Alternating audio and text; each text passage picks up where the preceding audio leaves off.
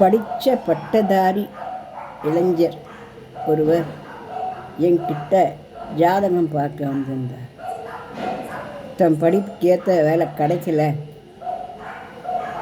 எனக்கு தற்கொலை பண்ணிக்கலாம் போல இருக்கு, வேலை இல்லாமல் ஒரு வீட்டில் இருக்கிறதுன்றது எவ்வளோ பெரிய அவஸ்தைங்கிறது சொன்னால் புரியாது அப்படின்னு கஷ்டப்பட்டுட்டேன்.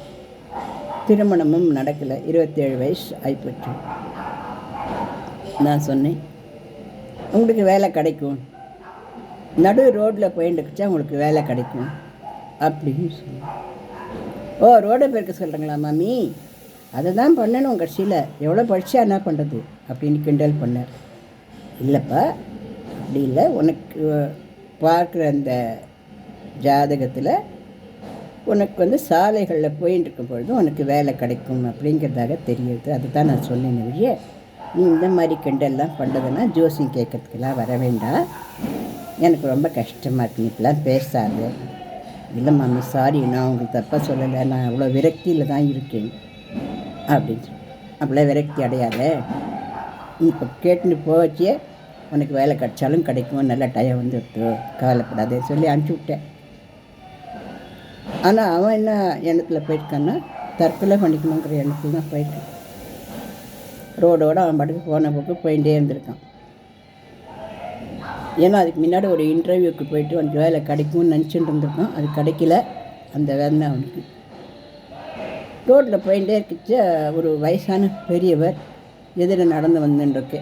கார்லேருந்து ஏதோ வண்டி ஆட்டோலேருந்து நம்ம இறங்கி நடந்து வந்துட்டுருக்கு. அப்படியே தலை கீழே விழுந்துட்டு இவன் ஓடி போய் என்ன பண்ணியிருக்கான், அந்த பெரியவருக்கு கொஞ்சம் பக்கத்தில் கடையிலேருந்து சோடா கடை வாங்கி ஏதோ தெளிச்சு வச்சு, இங்கேப்பா வயசானவனாச்சு வாங்கி வந்துட்டானே அப்படின்னு சொல்லிட்டு எழுப்பி, உங்கள் வீடு எங்கே இருக்குது கேட்டு சொல்லியிருக்கு, என் வீடு இங்கேருந்து ஒரு பஸ்ஸு பிடிச்சி போகணும், அங்கே இருக்குது அப்படின்னு அட்ரஸ் சொல்லியிருக்கேன்.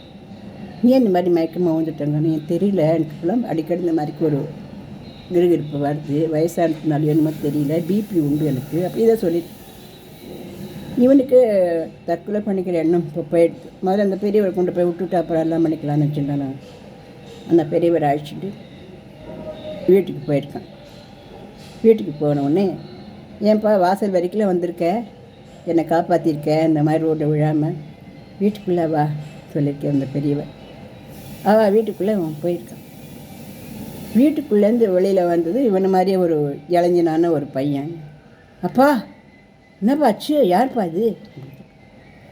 இவன் தான் என்னை ரோட்டில் விழாமல் காப்பாற்றி ஆற்றுக்கு அழைச்சின்னு வந்துவிட்டான். இன்னும் தெரியலப்பா, இப்போல்லாம் திடீர்னு மயக்கமாக வருது, நீ என்னான்னு தெரியல, பார்க்கலாம்ப்பா, அவனுக்கு பிபி ஒரு வேளை அதிகமாக போயிருக்குமோ என்னமோ, விளையாக இருந்தது இல்லையா, அதனால் உங்களுக்கு ஒரு தலை சுற்றிருக்குமோ என்னமோ சொல்லிட்டு உட்காந்துருப்பா அப்படின்னு சொல்லிட்டு இவனை பற்றி விசாரிச்சிருக்கான். விசாரிக்கிச்சு இவன் சொல்லியிருக்கான், நான் அவ்வளோ படிச்சிருக்கேன், எழுதியிருக்கேன், எல்லாம் பண்ணியிருக்கேன், நான் இன்டர்வியூக்கெலாம் போயிட்டு வந்துட்டுருக்கேன், ஆனால் எனக்கு வேலையும் கிடைக்கல, ஒன்றும் கிடைக்கல, நம்ம உயிர் வாழ்க்கையிலே பிரயோஜனம் இல்லை, நானே விரக்தி அடைஞ்சு ரோட்டில் போயிருந்தேன், ஒரு விழறே அப்படின்ட்டு நான் கொண்டு வந்து விட்டு போகலான்னு.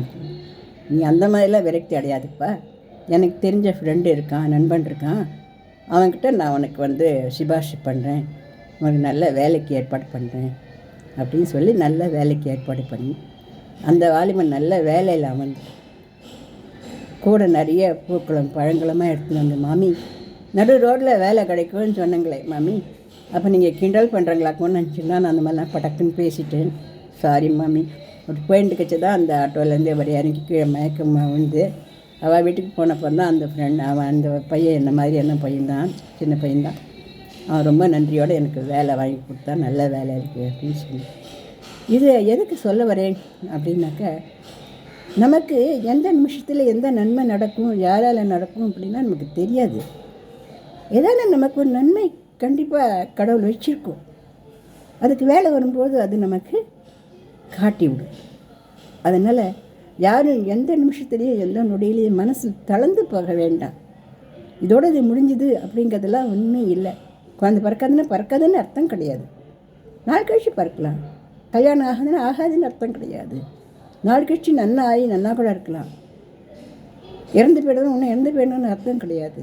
கண்ணை தவளையை இன்னும் 10 நிமிஷம் உட்காந்துருக்கலாம். அதனால் யாரும் எந்த நிமிஷமும் மனசு ஒடிஞ்சு போக வேண்டாம் அப்படிங்கிறத இந்த ஜோதிடம் அறிஞ்சது மூலம் நான் உங்களுக்கு சொல்ல விரும்புகிறேன். இந்த ஜோதிட கலையை நான் ரொம்ப பாராட்டுறேன்.